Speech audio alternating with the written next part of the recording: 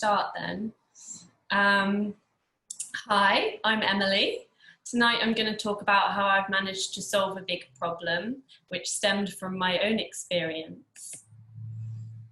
I've been in the throes of planning my wedding back in the UK, which was supposed to happen this year, but is delayed due to an inconvenient pandemic. My partner and I have done a big chunk of the planning already, and it would be a lie to say it's been smooth sailing. Who knew that planning one day of joy could cause so much distress? When planning a big day or DIY wedding, there are a lot of things to contend with: working out a date, budget, numbers, invites, a venue, suppliers, celebrants, costs, decorations, dresses, food preferences, and the list goes on. And that's not mentioning family. I knew from talking to friends that it wasn't just me. Others agreed it was a bloody nightmare. It's basically just becoming an event planner and not knowing when you signed up. So I decided to delve deeper into this area, and there is no shortage of articles and blogs on this topic. Strangely enough, I've found the sheer amount of information out there the problem. Once you type the word wedding into Google, there's no going back. So I felt like there was at least one way in. I created my problem statement. Our product is intended to streamline and make wedding planning easier. We have reason to believe that existing products aren't meeting our goals because there are too many options, and often the solutions aren't part of the same product. They are causing confusion to couples who are seeking to plan and budget their wedding. How might we create a product so that our customers are successful at meeting their budget, completing tasks, and have a stress-free experience? There are plenty of websites, forums, and blogs, apps out there to help you plan your big day. Many of them are good, but are people using them? And if there are so many, why is it still stressful? The only way to find out was through user interviews. I spoke to 10 people in total who were either planning their wedding or had recently got married. They had a wide range of different perspectives, but none of the words used were easy. In fact, the word that cropped up the most was overwhelmed. Overwhelmed by the choices, the decisions, the expectations. There were so many problems for people that it was almost impossible to know where to focus. I created and evolved my affinity map, focusing on different issues or topics that were recently brought up or repeatedly brought up. Some problems stood out to me. Particularly can be a lot more expensive with alterations, which most brides get. Sorry, I didn't know if my internet connection was unstable there. But who knew? Almost everyone was surprised at the cost of florists, and finding the right venue that ticked all the boxes, well, proved overwhelming.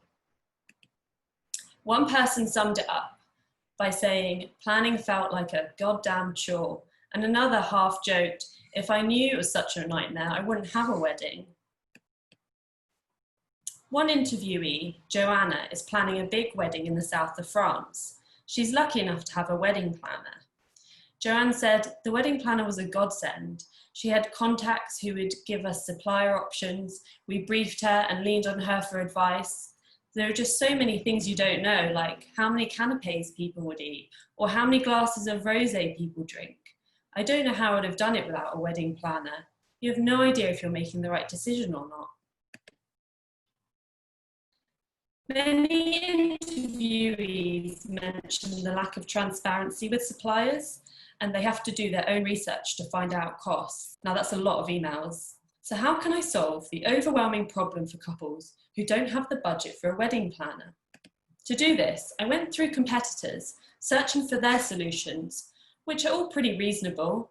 They break down the tasks couples need to do, help them form their guest lists, and have questionable supplier directories. But none of the suppliers state the costs up front.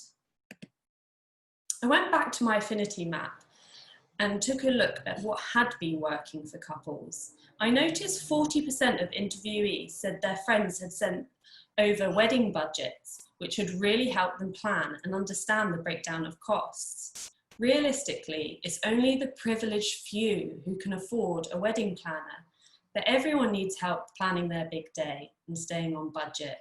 So what if there was a way to demystify wedding costs for couples based on their needs so they can create a realistic budget? So I'd like to introduce WeddingWise. Get clued up on the wedding costs to create the day of your dreams without breaking the bank.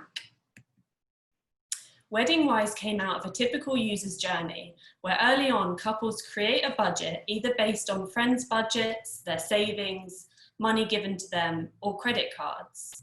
Then they need to find suppliers that meet that budget but have no idea how much things cost. There is a back and forth, often with 3 to 10 different suppliers, to try and find the most suitable one for the best price. WeddingWise enables users to input their core needs into a search and get real-time costs from suppliers based on their needs. This took a while to figure out, but I worked out from my research the main variables are maximum budget, number of guests, location, and time of year. Then the user can find a realistic average breakdown of costs depending on these factors. They can delve deeper into each section to find out further breakdowns. This information would be based upon suppliers in each location. It'd either be taking from an API that would drag individual sites, info from individual sites, or a dedicated team that would update the info regularly.